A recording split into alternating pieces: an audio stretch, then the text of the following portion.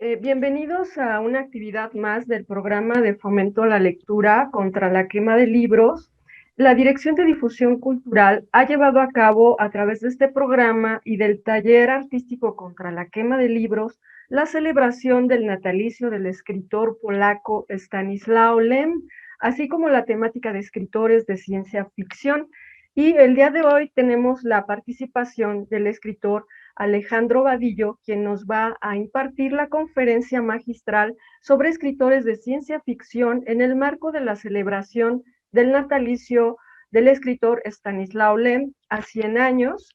Y pues bueno, bienvenido, querido Alejandro, a este programa. Muchas gracias por haber aceptado la invitación y pues bueno, me voy a permitir compartir tu reseña biográfica con nuestro público para que te conozcan un poquito más.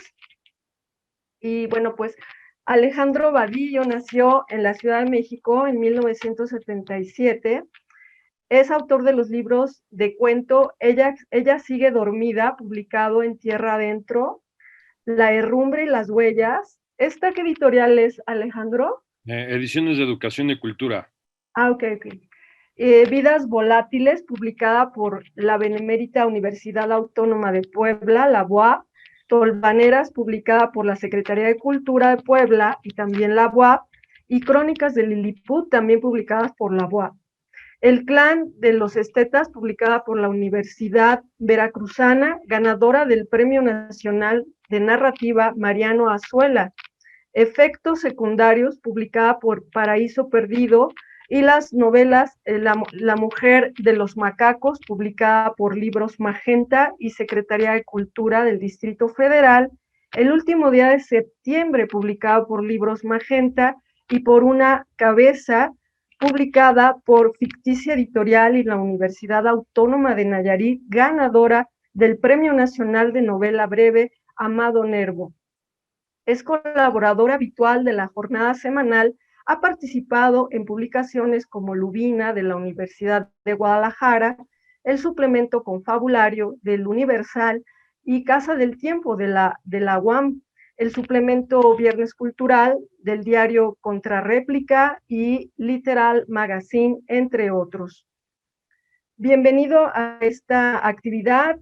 Tu participación nos llena de entusiasmo, pues nos encontramos cercanos al cierre de la celebración y por ello es muy grato poder escucharte y conocer un poco más sobre tu trabajo como escritor. Te cedo la palabra, querido Alejandro. Pues, muchas gracias por la invitación, antes que nada, a la maestra Ana Luisa, a todos los que hacen posible en el Instituto Politécnico Nacional, pues, este tipo de programas.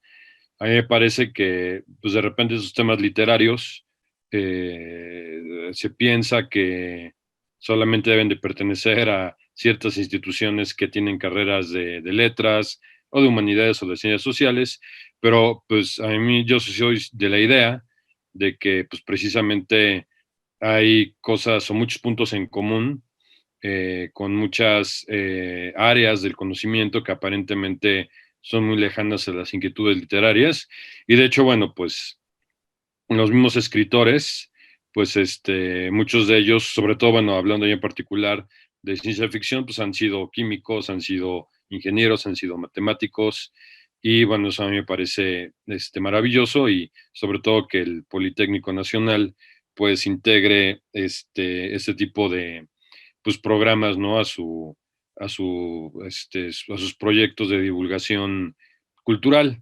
Y además, bueno, eso de la quema de libros también me parece, o contra la quema de libros, me parece también muy, muy, muy interesante, pues porque finalmente eso es lo que pues libera a la gente, ¿no? O sea, el conocimiento, la información, el acceso al arte, a hacerse preguntas a través de los libros, y por eso mismo, pues en la historia de la humanidad, el libro pues, siempre ha sido considerado pues un artefacto peligroso para pues muchos gobiernos o sistemas totalitarios, y pues eso pues demuestra pues el valor que tiene, ¿no? La lectura y pues compartir lo que uno pues lo que uno conoce y compartir libros, ¿no? Que finalmente esa es la intención. y puntos de vista, preguntas y todo lo demás. Entonces, para entrar ya en materia, pues en particular la ciencia ficción, dentro de todas las temáticas pues literarias, es un tema pues muy curioso y que tiene como muchas vertientes. Digamos que también digo, felicito al club que se reúne y sobre todo el pretexto, ¿no? Del autor polaco Stanislaw Lem. Pero bueno, esto es un tema mucho más amplio y mucho más general y me gustaría como primero decir algunas cosas sobre pues la ciencia ficción como área temática, por así decirlo, para luego conectarlo al final con el autor que pues ustedes están leyendo y compartiendo. Entonces, la ciencia ficción a menudo, y yo creo que la literatura en general, por la gente que por desgracia no se ha acercado mucho al tema de la literatura, pues puede parecer como algo evasivo, ¿no? Hay un ensayo muy bueno de un autor argentino que me gusta mucho, que se llama Juan José Saer, que se llama El concepto de ficción. Entonces, en este pequeño ensayo, pero muy profundo, habla precisamente de el valor que tiene la literatura para problematizar la realidad. Entonces, a menudo, como decía, se piensa que la literatura es un ejercicio evasivo, es decir, es algo para alejarme de la realidad y no para divertirme, ¿no? Como algo superficial, por así decirlo. Lo que hace en este pequeño ensayo Saer es ejemplificar y argumentar que la literatura precisamente es todo lo contrario, ¿no? Que a veces cuando ciertos discursos, o por ejemplo, pensemos, por ejemplo, en un estudio no técnico, numérico, etcétera, etcétera, sobre un problema social, por ejemplo, la migración de mexicanos a Estados Unidos, pues yo puedo entender números y puedo entender teorías y puedo hacer muchas cosas con esa información, pero abordar a través de la literatura ese fenómeno lo hace más interesante, lo hace más complejo y sobre todo lo hace más incluso empático, ¿no? Para el lector. Este escritor israelí Amos Oz, que murió hace algunos años y que, bueno, siempre estuvo en esta especie de fuego cruzado entre pues, el gobierno israelí y el problema de Palestina y todo el conflicto que ya tiene bastantes décadas. Él hablaba de que si las personas leían acerca de las otras personas que estaban ahora sí que a muy corta distancia de ellos, podían empatizar porque podían conocer sus historias. Entonces, a menudo la literatura puede como tirar esos muros que nos hacemos frente a nosotros o que nos venden como propaganda, etcétera, etcétera. Y bueno, lo que dice, retomando a Juan José Saer, es que precisamente la literatura puede ser igual o más compleja que la misma realidad, porque entra a través, ahora sí que de diferentes sentidos, por así decirlo. O sea, entra a través no solamente de información, sino también del mismo lenguaje, ¿no? Que nosotros lo vamos entendiendo de diferente manera. Por ejemplo, no sé, una metáfora, una imagen, una descripción, pues nosotros lo vamos entendiendo a través de nuestras experiencias y hasta de nuestro estado de ánimo, ¿no? Entonces, de esa manera, y además, obviamente, de la profundidad propia de las grandes obras literarias, sobre todo, Saer dice que la literatura tiene ese valor, ¿no? Ese valor muy importante de poder problematizar y entrar en todo, él le llama algo así como del flujo caótico de la realidad, por así decirlo. Entonces, esto hablo en general, ¿no? De la literatura con todas las temáticas tan diversas que tiene. Y en particular la ciencia ficción, sobre todo, digamos, en el siglo XX, bueno, antes más, pero en el siglo XX, fue pues de repente como muy denostada por ser parte como de una especie de entretenimiento pop, ¿no? O sea, como una especie de entretenimiento como muy popular de estos fanzines y revistas de tirajes pues amplios más o menos, sobre todo estoy hablando en Estados Unidos, y había como una especie de división entre alta literatura, ¿no? Esta literatura, sobre todo incluso en los géneros literarios, ¿no? O sea, hay que recordar, por ejemplo, incluso en México, pues los grandes autores de inicios del siglo XX, pues casi todos eran poetas y no había como tantos narradores y todo eso fue cambiando, ¿no? Conforme fue pasando el tiempo. Pero así como había esa distinción, también existía dentro de las mismas temáticas. Entonces decía, bueno, nosotros para qué queremos estar imaginando el futuro, ¿no? Y sobre todo, digamos, con ya como los escenarios, ¿no? Que planteaban muchas de las historias de ciencia ficción del siglo XX, que eran pues viajes espaciales, ¿no? Que eran robots, que era la cuestión precisamente de la tecnología, ¿no? Y entonces, había como una especie de prejuicio, o sigue habiendo, por desgracia, un prejuicio sobre la ciencia ficción, y últimamente, digamos ya a finales del siglo XX y este siglo, pues ya se ha empezado a revalorar mucho más, sobre todo con ciertos autores, ¿no?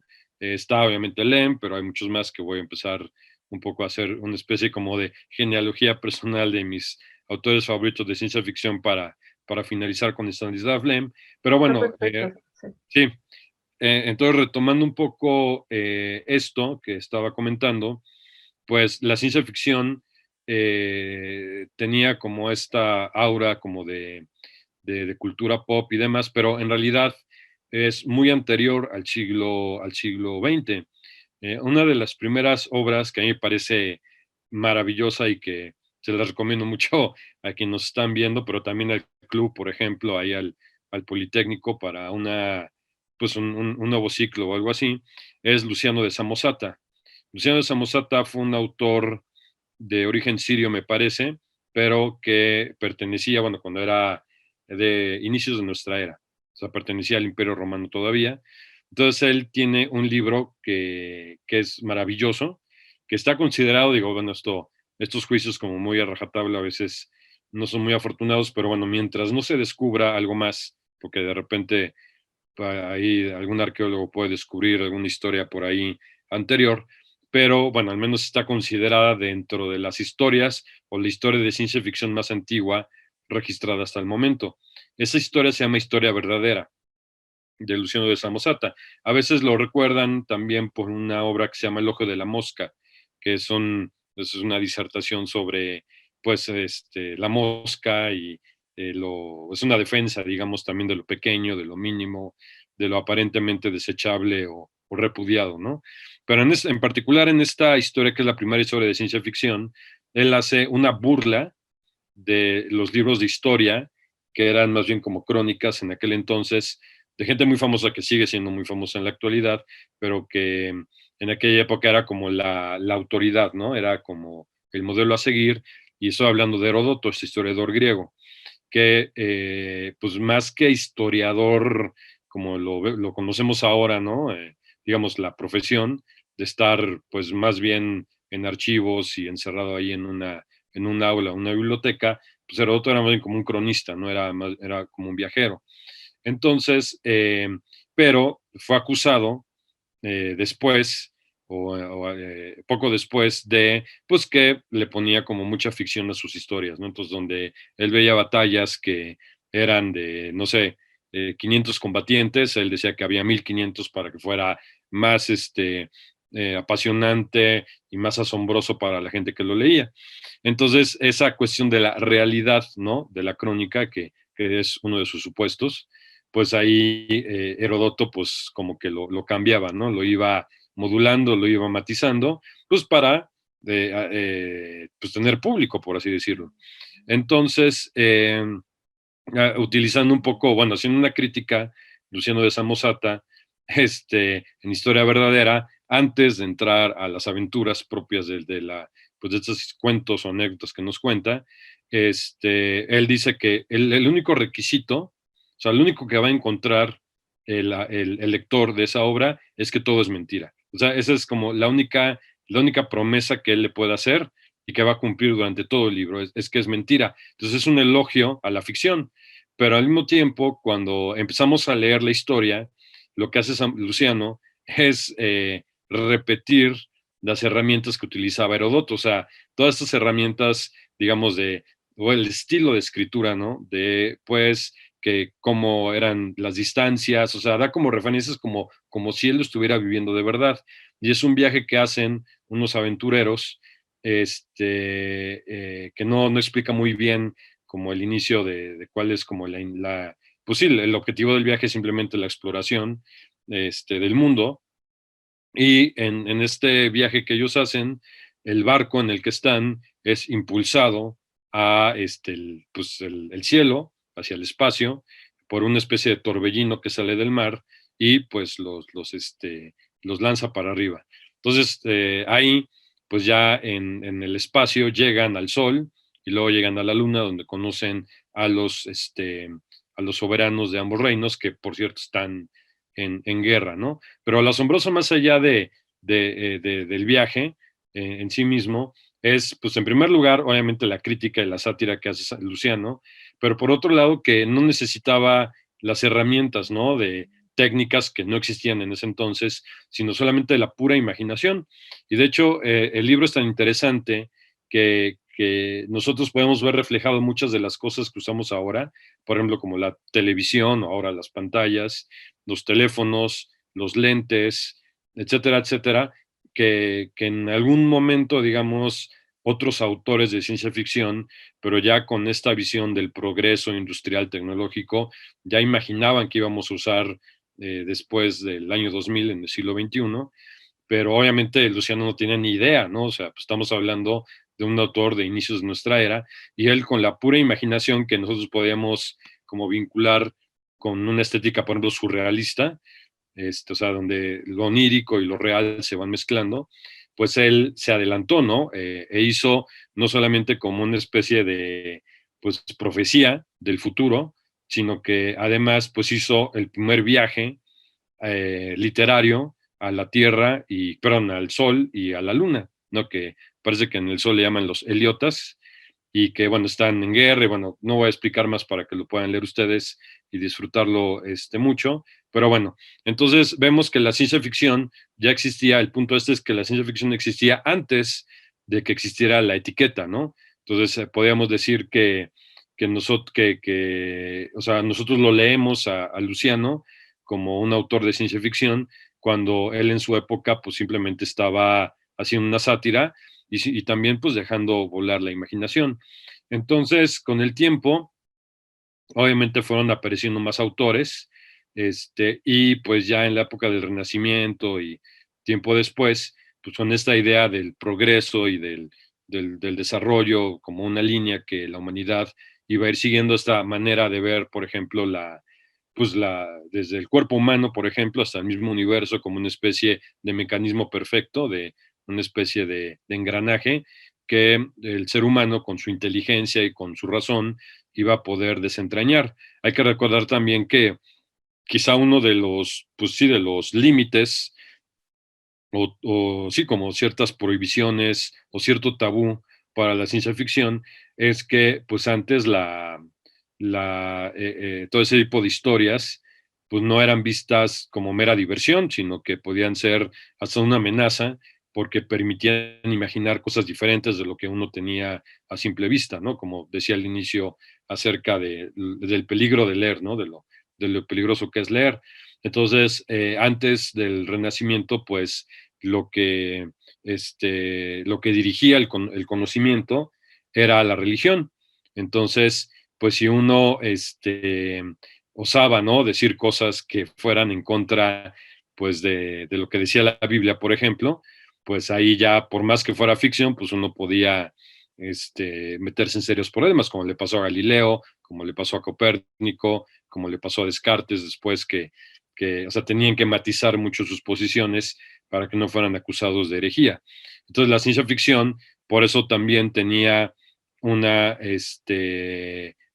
sentido también pues de mucha rebelión de ser iconoclasta, porque pues finalmente iba en contra de pues mucha de la historia que se contaba, ¿no? O sea, no quizá viéndola hacia atrás, sino pues más bien para adelante, ¿no? Entonces, bueno, para no ahondar más en esa etapa histórica, pues ya entrando precisamente al siglo XX, porque hubo otros más, por ejemplo, Cyrano de Bergerac, por ejemplo, es autor que es muy conocido por ser personaje de una obra de teatro. Él tiene otra obra que es un viaje al sol y a la luna, que se llama algo así como Visita a los estados del sol y la luna, algo así. Y pues bueno, también es una obra muy interesante, muy entretenida. Y bueno, ni hablar de Julio Verne, que también está en considerado, ¿no?, entre aventuras y ciencia ficción. También ya es un autor que tiene un elogio, ¿no?, a la técnica, un elogio a la tecnología, aunque al final, en su última obra, del Capitán Nemo, pues el Capitán Nemo es un nihilista, ¿no?, que ha dejado de creer en la humanidad y que está en el Nautilus, pues desencantado, ¿no?, de lo que había sucedido con la tecnología, que había servido, pues quizá no para las mejores intenciones, ¿no?, que él tenía. Pero bueno, ya entrando al siglo XX, entonces, y me parece que por ahí, ¿no?, puede venir un poco cierto estilo o ciertas influencias de Stanislav Lem, aunque cuando platico un poco más de él, vamos a ver que no necesariamente está, o sea, es como una línea muy directa de la ciencia ficción, sino incluso con la filosofía o la sátira o el teatro o los filósofos, por ejemplo, de la ilustración. Pero hablando un poquito en particular o sea, de esta genealogía de la ciencia ficción, entonces, como estaba comentando al inicio, el siglo XX, pues es pues un caldo de cultivo, digamos, para las historias de la ciencia ficción, sobre todo en Estados Unidos, y de ahí pues hay como mucha influencia también en el resto del mundo, aunque también en Europa, ¿no? Hay que recordar, por ejemplo, que la palabra robot viene de una obra de teatro. Robot significa trabajador, desde un autor checo, y bueno, siempre, o sea, la gente en muchos lugares del mundo, pues ha habido ese interés por narrar el futuro, pero pues siendo Estados Unidos, pues una potencia ya cultural, económica en el siglo XX, pues es inevitable, ¿no?, estar bajo su influencia, sobre todo, digamos, en Europa y en América Latina, en México, obviamente. Entonces, en Estados Unidos, la Gran Depresión de 1929 viene a ser o significar el auge de esta literatura pulp, que curiosamente no todo estaba, digamos, concentrado en ciencia ficción, sino también, por ejemplo, estaba esta revista, creo que se llamaba Weird Tales, que era pues, historias extrañas, así nada más, que fue donde empezó a publicar Howard Philip Lovecraft, el autor de horror cósmico muy famoso por los mitos de Cthulhu.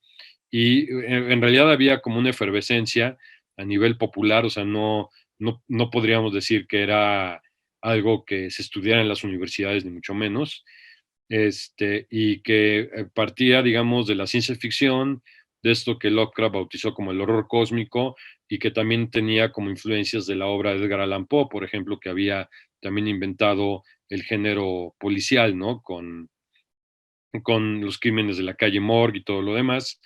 Pero el objetivo, más bien lo que hizo que prosperara, ¿no?, todo este tipo de literatura, era pues que la gente tenía una realidad horrible, ¿no? O sea, en el 29, digamos que es la primera crisis del capitalismo, ¿no? Es como, y además no solamente la primera crisis de confianza, ¿no?, una crisis de inventarios, una crisis de expansión del capital, que rompió, digamos, como pues sí, rompió como las estructuras anteriores que tenía, y que tuvieron que flexibilizarse, pues para poder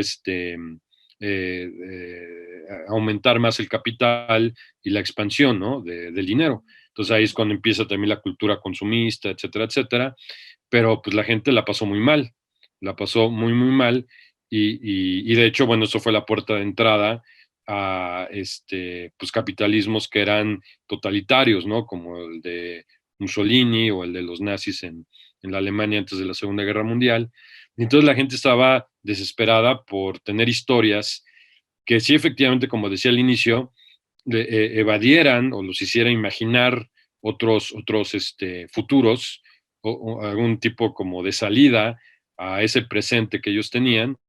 Entonces, como en clubes de fanáticos, de gente muy apasionada por el tema de la ciencia ficción, pues intercambiaban, ¿no? Correos, intercambiaban revistas, o sea, las revistas casi casi como que se iban compartiendo de mano en mano, obviamente pues en los grandes centros urbanos de Estados Unidos. Entonces, a partir de ahí tenemos esta visión o este estilo de ciencia ficción de pues los viajes al futuro, de los viajes al espacio y la conquista de otros mundos, o también el tema de los extraterrestres, ¿no? De cómo llegaban.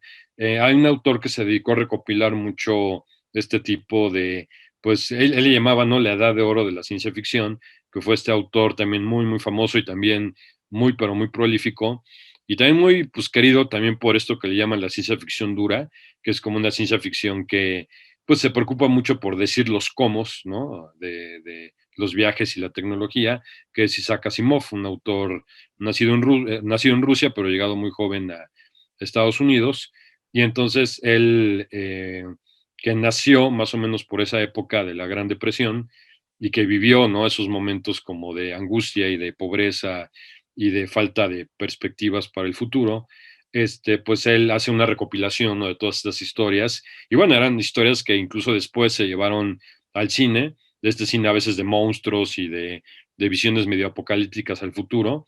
Entonces, bueno, eran vías de escape, ¿no? Que tenía la gente para evitar, pues, la realidad tan cruda que tenía, ¿no? La realidad laboral, bueno, todo lo que había estado comentando. Y también ahí aparece como otra vertiente de la ciencia ficción de aquella época, que justamente es la que critica Lem después, que hace que lo expulsen de una sociedad, digamos, de ciencia ficción norteamericana, porque precisamente hay como una especie de hechizo de esta visión del progreso, ¿no? Que era muy, pues muy común y que, bueno, sigue siendo como una especie de dogma en el siglo XXI, ¿no? A pesar de lo que estamos viendo con la cuestión de la crisis climática, etcétera, etcétera. O sea, hay una especie de, pues sí, de ceguera cognitiva, no sé cómo llamarla, de seguir pensando en el progreso como se pensaba hace 100, 200 años y demás. Entonces, en Estados Unidos, muchos autores de ciencia ficción, pues simplemente trasladaban, ¿no? Esta visión del progreso y del desarrollo y de la conquista, poniendo esas historias al futuro, ¿no? Y de la conquista de otros planetas, ¿no? Entonces, se pensaba, pues que simplemente con la pura técnica, con la pura razón, con la invención cada vez más acelerada, ¿no? Pensemos, por ejemplo, en la carrera espacial, ¿no? Cuando el hombre llega a la Luna, incluso años antes, ¿no? Con los primeros satélites y cohetes y todo lo demás, pues la gente realmente estaba asombrada, pero también muy endiosada con la cuestión de la tecnología y no veía, ¿no? Los efectos secundarios o no problematizaban esta visión de, por ejemplo, qué vamos a hacer más allá, ¿no? Entonces, por eso muchas de estas historias decían, bueno, pues, o sea, el ser humano era el viajero espacial en ese caso, el astronauta era el conquistador, o sea, era como una especie de proyección del conquistador que había llegado antes, por ejemplo, de Inglaterra a Estados Unidos a conquistar a los indígenas norteamericanos y que bueno, decían, bueno, pues esta es mi ley y la única forma de triunfar era a través del exterminio del otro, ¿no? De la conquista de los recursos naturales para, pues, abastecerme a mí y a mi visión del mundo y a mi país y a mi sociedad y etcétera, etcétera. Entonces, en ese sentido, la ciencia ficción, pues por eso muchos autores no son tan recordados, ¿no? Y ahora nosotros cuando leemos esos autores, pues nos parecen muy viejos, ¿no? Porque pues, es una ideología ya caduca, ¿no? O sea, o sea, es muy criticable. Y además, digo, más allá de ver eso, ahora sigue con ojos del siglo XXI, pues en realidad tampoco eran historias tan novedosas y tampoco tenían historia, o sea, repetían mucho estos moldes, ¿no? Y además, pues tampoco, que eso también lo tienen muchos autores norteamericanos, no tenían una gran prosa, no tenían un gran lenguaje, simplemente era contar la historia, contar la aventura, y pues seguía y seguía y seguía y seguía, y pues eran como este tipo de historias de Flash Gordon, ¿no? De aquellos años, etcétera, etcétera, que después, bueno, tuvieron como cierta continuación con otro tipo de historias y de personajes ahí muy famosos. Ahí, como la gran excepción dentro de esta línea, y que yo creo que es como otro de mis autores favoritos en y que además fue relativamente, yo diría, contemporáneo, yo diría que sí fue contemporáneo de Lem, fue Ray Bradbury, este autor también que se lo recomiendo muchísimo, que él también problematizó mucho, ¿no? O sea, en lugar de decir, bueno, vamos a ir, pensemos en los cuentos maravillosos de Crónicas Marcianas, o sea, en lugar de decir, bueno, vamos a conquistar Marte, justamente con la visión que tenemos ahora, ¿no? O sea, decir, bueno, ya llegamos y está el rover y está este aparato autónomo y este pequeño helicóptero que hizo el primer vuelo, ¿no? Autónomo en Marte.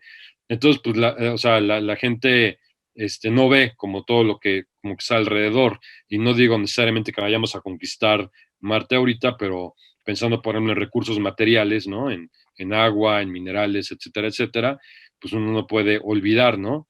Que pues la exploración y la conquista, pues nunca han sido con fines necesariamente, ¿cómo decirlo?, intelectuales, ¿no? Sino tiene el afán pues de obtener recursos finalmente, ¿no? Recursos en su momento fueron humanos y ahora quizá nada más sean materiales. Pues esto Pero sí, como que tiene que ver con este sistema capitalista, ¿no? Que nos ha tocado vivir, o sea, y que ahora, como en su desarrollo, es cuando estamos viendo que domina ya hasta el espacio a nivel global, ¿no?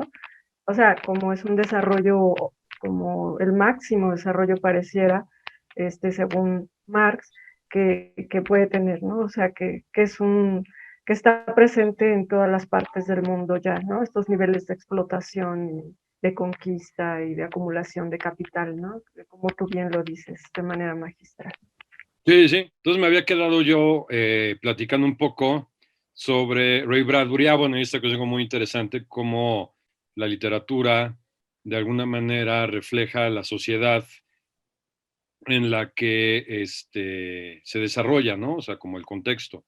Está un autor español, Rendueles, que tiene un libro muy bueno que se llama Capitalismo Canalla, que habla acerca de cómo las obras literarias reflejan el contexto económico que se está viviendo, a veces con crítica, ¿no? A veces crítica más fuerte, a veces no tanto, pero bueno, en el caso de la ciencia ficción, Ray Bradbury, hablábamos un poco de él, pues sí, logró como que aislarse de este ambiente, pues muy, pues sí, muy, muy con este dogma, ¿no? Del progreso y de la extracción de recursos y de vamos a ir cada vez más y más y más allá de nuestros límites, sin importar todas las cuestiones a veces éticas, ¿no? Bla, bla, bla.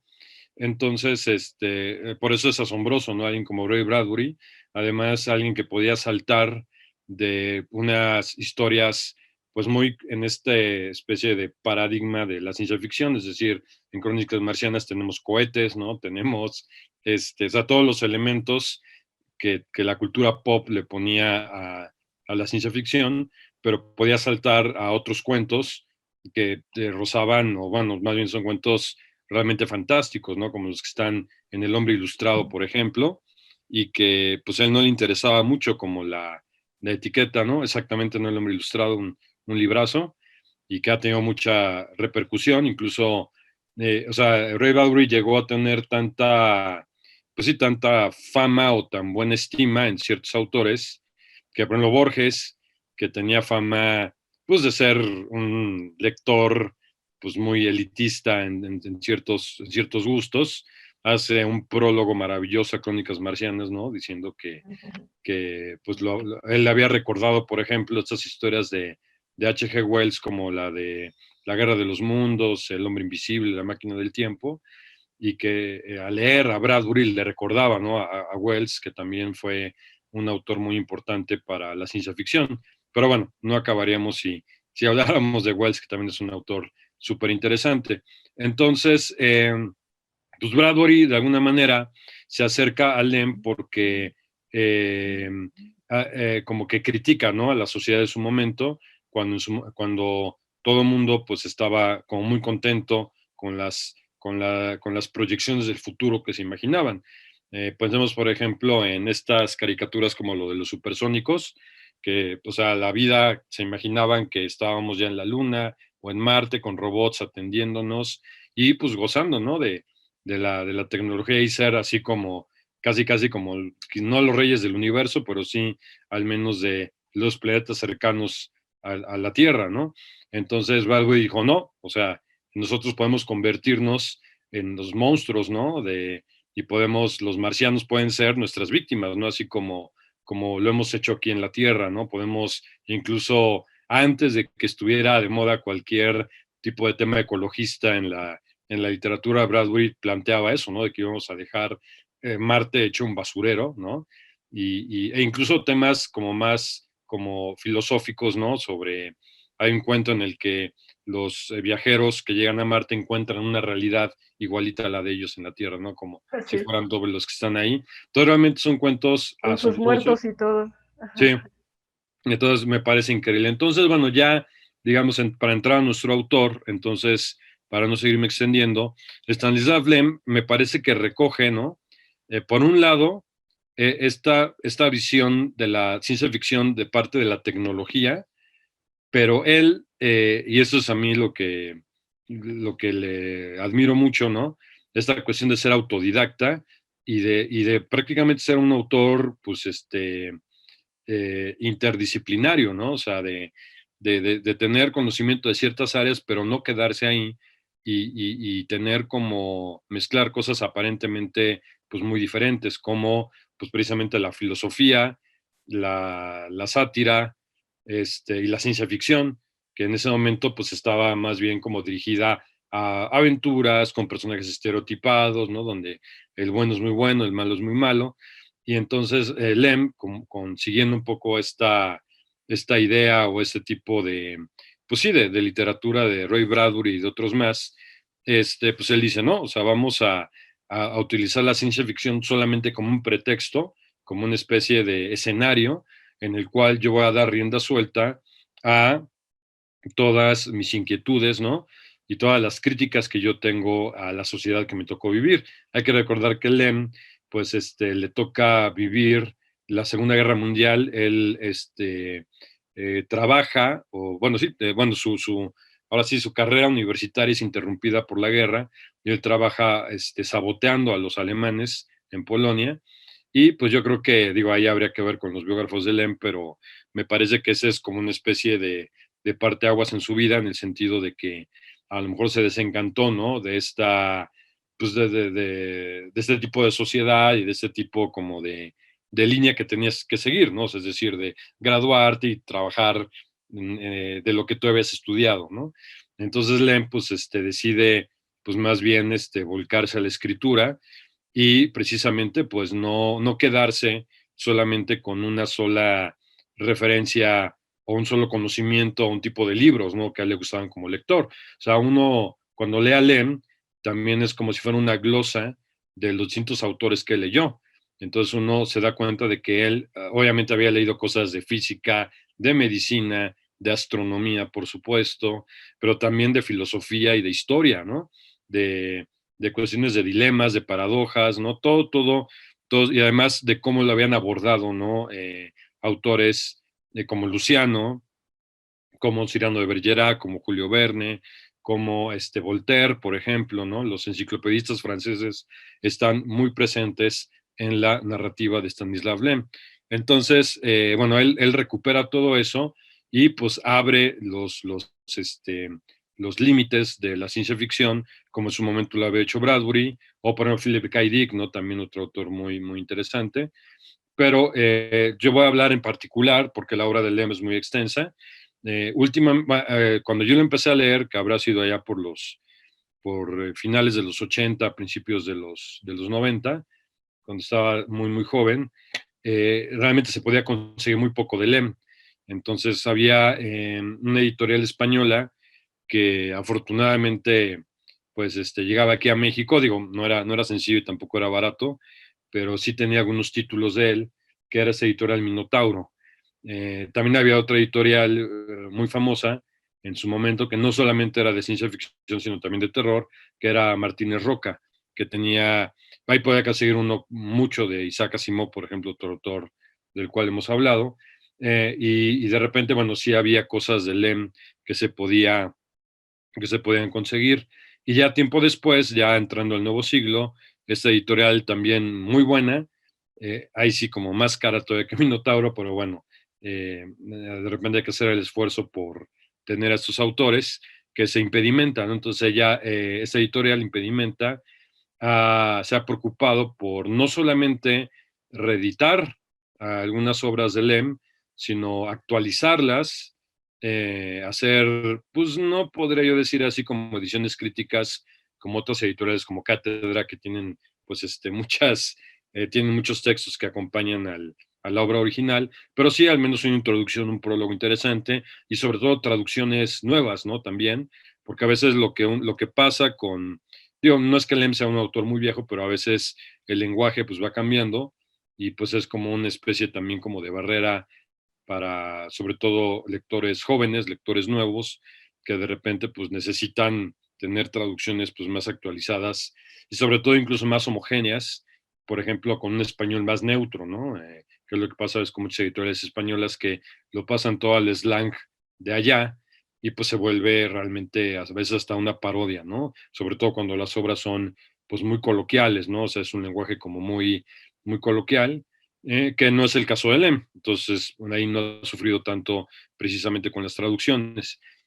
Entonces, falta todavía algo por recuperar, digo, no tengo aquí como la lista completa, pero falta por recuperar para el español algunas obras de Lem, pero a mí me parece que las obras más importantes ya están disponibles ahora y voy a hablar de tres que son así, pero yo diría que todo el mundo debería de leerlas, ¿no? Obviamente en estas cuestiones son muy subjetivas y ahorita que lo estaba mencionando la charla ahí en mis redes sociales ya me estaban recomendando otras, pero yo voy a hablar de lo que más sé, de las que más he leído, incluso en talleres literarios que doy, pues de repente las pongo para que las leamos entre todos, sobre todo la primera, que son cuentos, ¿no? Y que fue la primera obra que leí de él, que se llama Siberiada, ¿no? Entonces, Siberiada es la primera obra que recomiendo y que voy a exponer un poquito aquí, tratando de no extenderme mucho.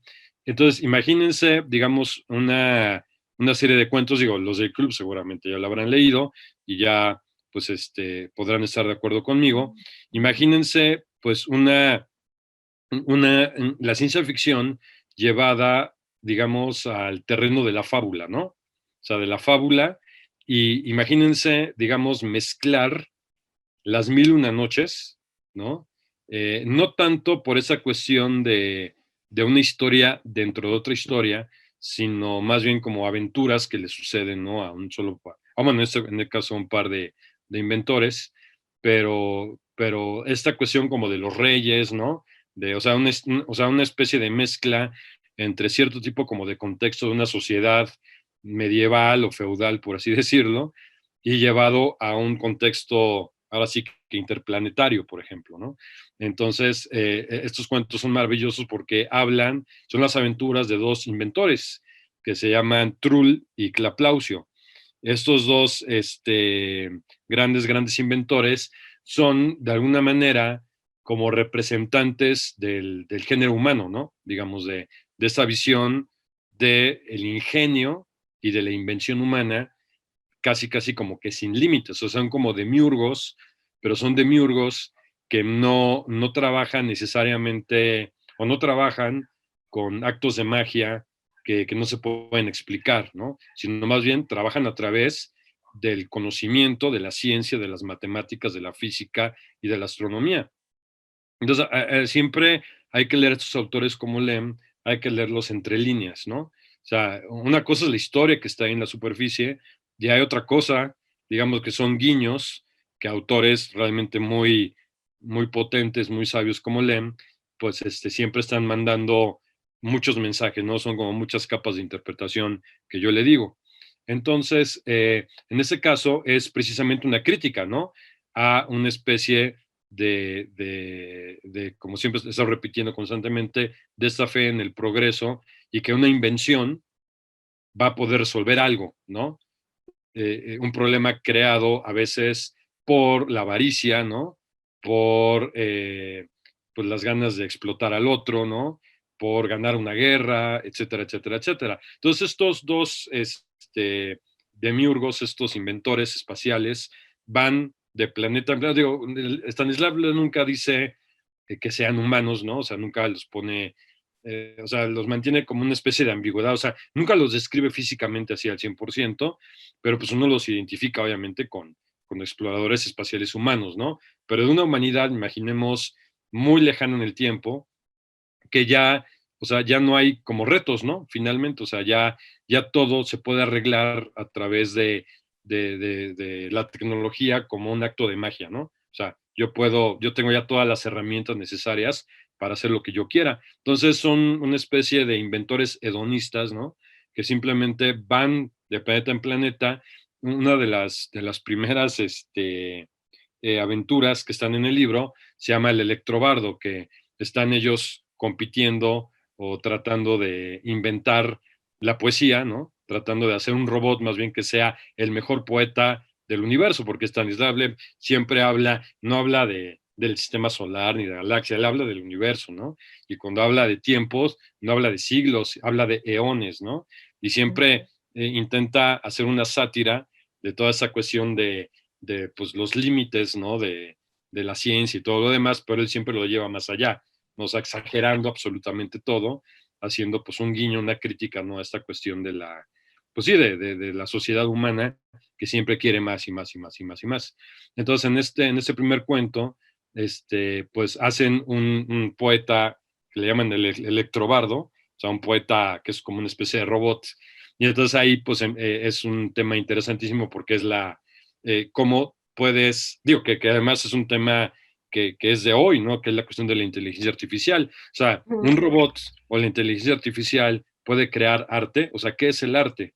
O sea, cuando digamos, una máquina se asemeja tanto a un ser humano en la cuestión no necesariamente de lo físico, de la apariencia, sino del razonamiento, de esta especie de supercomputadores que ahora tenemos con inteligencia artificial y todo lo demás. Entonces, ¿podrá ser arte? O sea, ese dilema, pues Stanislav Lem lo vio, no décadas antes, pero no lo resuelve de una manera con fe, digamos, en que esto se va a poder resolver y podremos hacer poesía, ¿no? Ahora a través de las computadoras o incluso novelas, etcétera, etcétera. Sino él lo vuelve al robot como una especie de espejo del ser humano. Entonces, el electrobardo, cuando le meten dentro, bueno, en el interior, de ahí lo explica de una manera muy concienzuda Stanislav Lem, le meten en toda la memoria toda la poesía de la humanidad, ¿no? Desde la poesía más antigua del mundo hasta la más moderna.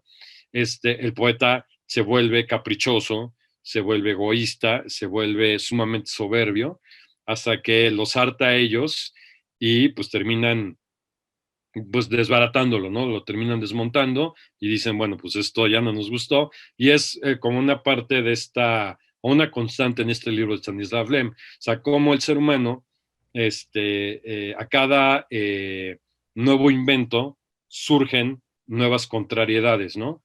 Y que en lugar de ir como a la raíz del problema, si nosotros intentamos resolverlo todo con nuevos inventos y no más estrafalarios, las repercusiones que vamos a tener son imprevisibles, ¿no? Porque estamos jugando como magos con cosas que creemos dominar, pero que en realidad no dominamos, ¿no? Y al final la realidad se termina imponiendo. Entonces, pensemos, por ejemplo, esta idea llevada, por ejemplo, a un tema tremendamente actual como el de la crisis climática, ¿no?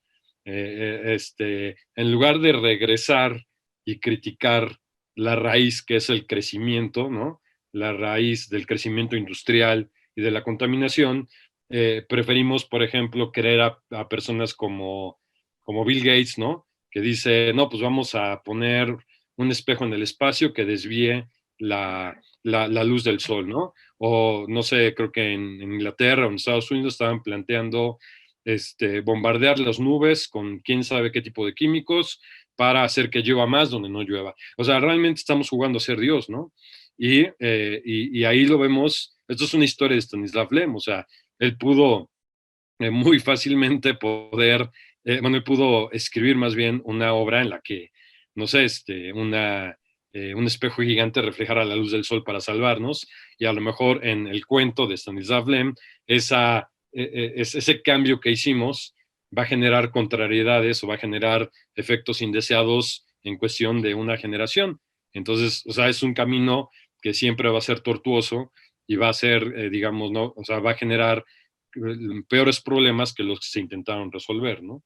En una caricatura muy famosa de Matt Groening, que es Futurama, intentan combatir el cambio climático echando un cubo de agua gigante, un cubo de hielo gigantesco en el mar, imagínense, ¿no? O sea, un cubo así, ponen una nave espacial gigantesca con un cubo de hielo gigantesco y lo echan al mar para enfriarlo, ¿no? Entonces, o sea, son cosas que dan risa, pero que efectivamente muestran pues lo tremendamente ridículos que podemos ser cuando confiamos todo solamente en la técnica y dejamos a un lado todo lo que nos convierte en seres humanos finalmente, ¿no? O sea, los límites éticos, la razón, las preguntas, ¿no? O sea, cuestionar de raíz las cosas, ¿no? Que nosotros damos por sentado. Incluso en otro cuento, por ejemplo, de la misma Siberiada, nos muestran a una sociedad, llegan ellos a un mundo donde son robots que ya, porque además es muy interesante, Lem utiliza el robot. Yo por un lado había comentado que los dos inventores, Rulli y Claplaucio, son como espejos, ¿no? Son como prototipos del ser humano renacentista, pero del siglo XXI, ¿no? O incluso más allá. O sea, el que ya dominó todo, el que ya no hay ningún misterio del universo para ellos. Pero también a menudo utiliza los robots como una especie de parodias del ser humano, ¿no? Entonces, hay otro cuento dentro de ese libro en el cual llegan a un planeta donde los robots habían evolucionado tanto que ya habían resuelto todos los misterios, o sea, además de ser inmortales, ya habían eliminado cualquier tipo de inquietud y cualquier tipo de amenaza hacia ellos, ¿no?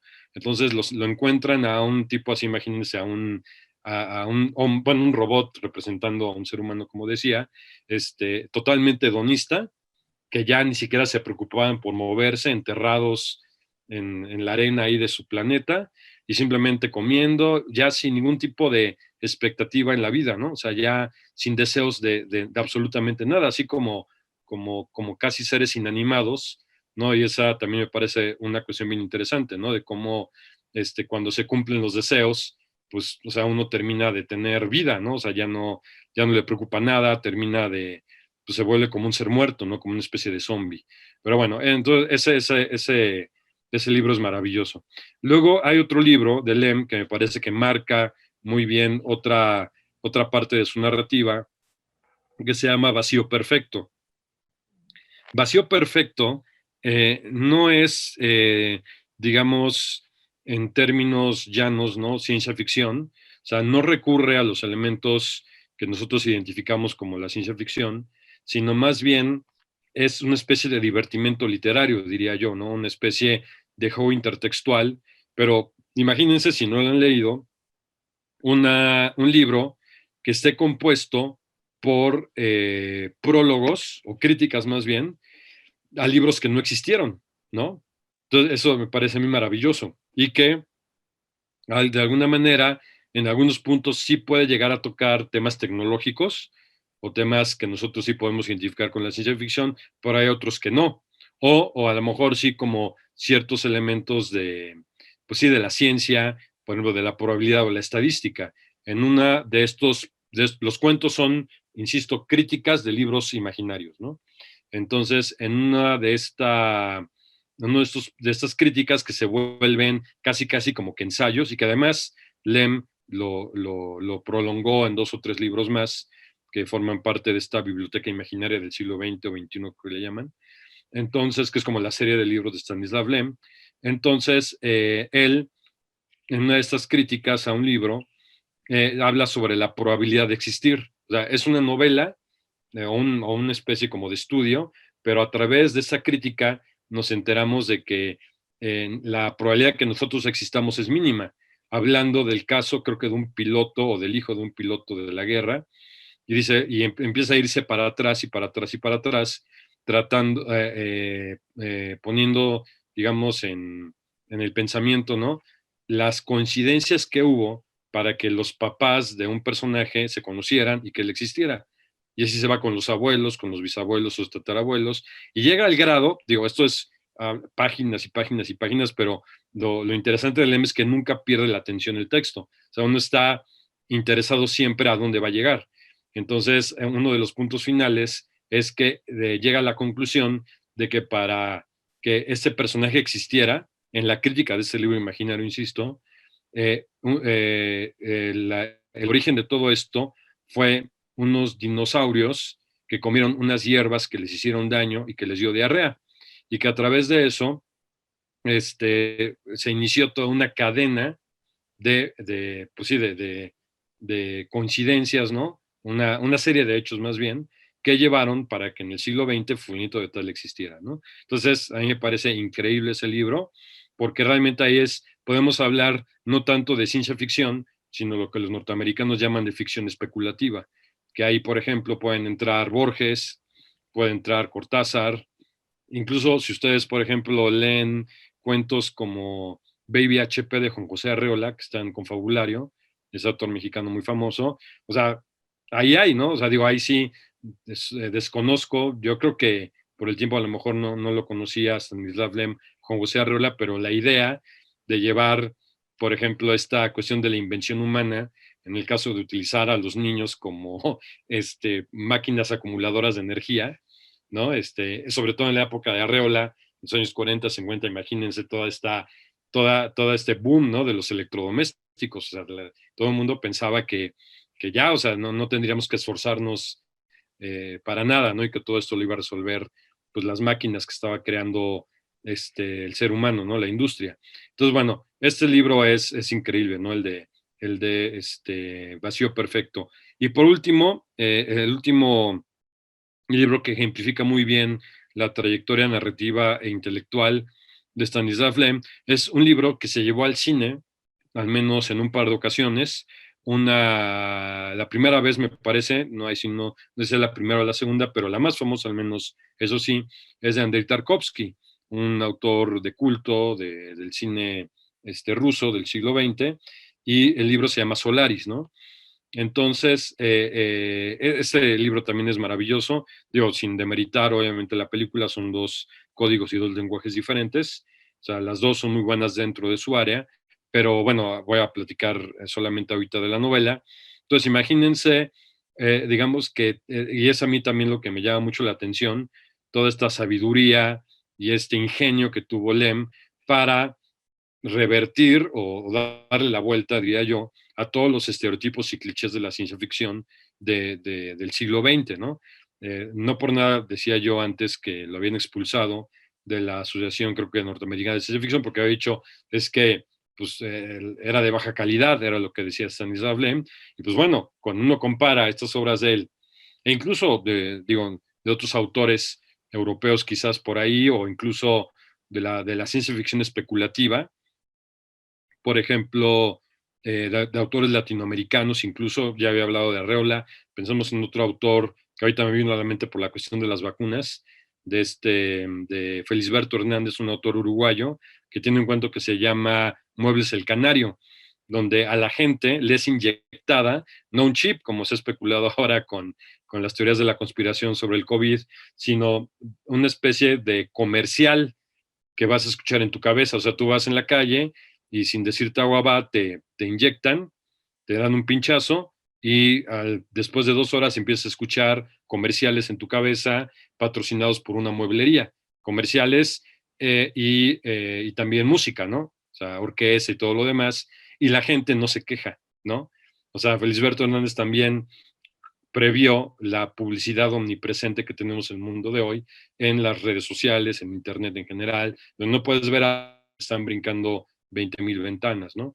Entonces, bueno, todo esto, digamos, es un poco para ver cómo, de alguna manera, los grandes autores de ciencia ficción o ficción especulativa o de fantasía o excéntricos, llamémosles así, de muchos lugares del mundo, pues a través de esta libertad de pensamiento, diría yo, y además de no fijarse necesariamente en el mercado, porque muchos de esos autores no vendían ni 5 libros cuando estaban vivos, y luego ya se vio pues lo innovadores que fueron, ¿no? Digo, por desgracia es una historia común en la literatura.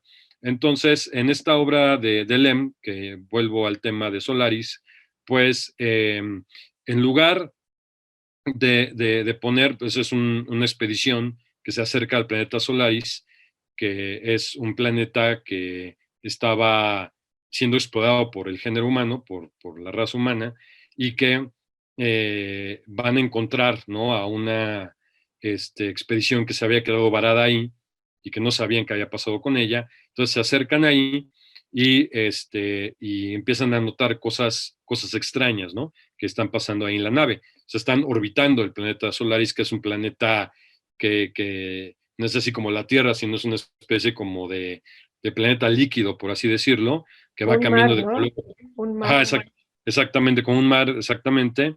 Y eso, en primer lugar, creo que habría que evaluarlo, ¿no? Porque durante todo el siglo XX se construyó la figura del extraterrestre como una especie de ser antropomorfo, amenazante muchas veces. Obviamente hay que recordar no ya H.G. Wells, sino a Orson Welles con la Guerra de los Mundos, precisamente, que pues hizo que lo metieran a la cárcel después de hacer la versión radiofónica de radioteatro de la Guerra de los Mundos, porque la gente estaba asustada de que los marcianos verdes con antenas llegaran con sus armas a desintegrar a la gente, ¿no? Entonces, obviamente había un discurso propagandístico en aquella época de que recuerda que estaban un poquito antes de la Guerra Fría, pero después también, y había una conveniencia, digamos, de esta propaganda disfrazada en este tipo de historias para tener a la gente asustada de cualquier cosa extraña que viera, ¿no? O sea, el extraterrestre fue después el soviético, ¿no? Ya después fue el árabe o el comunista o el que fuera, ¿no? Entonces, pero siempre era un ser antropomorfo que a veces era más bien caricaturesco, ¿no? Y que pues, realmente era muy obvio, ¿no? La intención del autor o de la gente, del director o del guionista de la serie o de la película. Pero lo que hace Lem es maravilloso porque pone al extraterrestre como un ente, o sea, como el planeta mismo. O sea, Solaris es como una inteligencia, como una especie de, pues sí, de ser que es más filosófico, ¿no? O sea, que plantea dilemas más filosóficos que cosas que nosotros podamos vincular a alguien, digamos, de carne y hueso o un ser antropomorfo como los de las películas del siglo XX o las novelas del siglo XX muy estereotipadas. Y entonces, estos personajes que están en la nave comienzan, como digo, ya sabrán si han visto las películas, a ver a empieza a proyectar Solaris, estos como fantasmas del pasado, ¿no? O estos seres queridos que de repente fallecieron y que de repente se los encuentran ahí en la nave. Pero lo maravilloso a mí, y yo creo que una de las partes que más me conmovieron de esa novela, no era solamente, porque era muy fácil, ¿no? Para Lem optar por hacer una historia de fantasmas, ¿no? Espacial, y ahí se quedara, sino más bien no tanto el punto de vista de las personas de carne y hueso, de los astronautas que están en esta estación espacial, sino de los recuerdos que están ahí. O sea, cuando un recuerdo tiene conciencia de sí mismo. O sea, hay una parte en la novela donde uno de los recuerdos, creo que es una de las esposas de los astronautas, es un recuerdo, o sea, es un fantasma, pero empieza a entender que es un fantasma, o sea, empieza a tener conciencia de sí mismo el recuerdo. Entonces yo dije, bueno, esto es ahora sí que un estímulo, ¿no? Para el lector impresionante que te llena de preguntas, que de repente olvídate que sea Solaris o que sea un planeta de X o Y forma, sino esas preguntas que te dejan esa reflexión, te abruma, ¿no? De momento, y tienes que irte como muy despacio en la lectura como para poder aprovechar todas esas ideas, ¿no? Porque finalmente Lem, como los buenos autores, es un autor de ideas, ¿no? Que utiliza los escenarios como un pretexto para desarrollar sus historias, pero finalmente lo que brilla ahí pues son las ideas del autor, ¿no? Entonces, bueno, ahí son, digo, podría extenderme muchísimo más con más obras de Stanislav Lem, pero lo que yo podría decir, digamos, a manera de conclusión, es de que, retomando lo que decía yo al inicio, la buena literatura, pues no conoce de géneros, ¿no? Y Lem, ahorita como Bradbury, como Julio Verne, como otros autores que de repente se encajonan o se etiquetan en un tipo de género o subgénero, temática o subtemática, o Lovecraft, el mismo Lovecraft, pues trascienden eso, ¿no? Porque finalmente lo que está ahí es la condición humana, o sea, lo que están narrando es a nosotros mismos. Pero además de narrarnos a nosotros mismos, lo narran desde un papel crítico, ¿no? O sea, todo el tiempo están cuestionando lo que ven.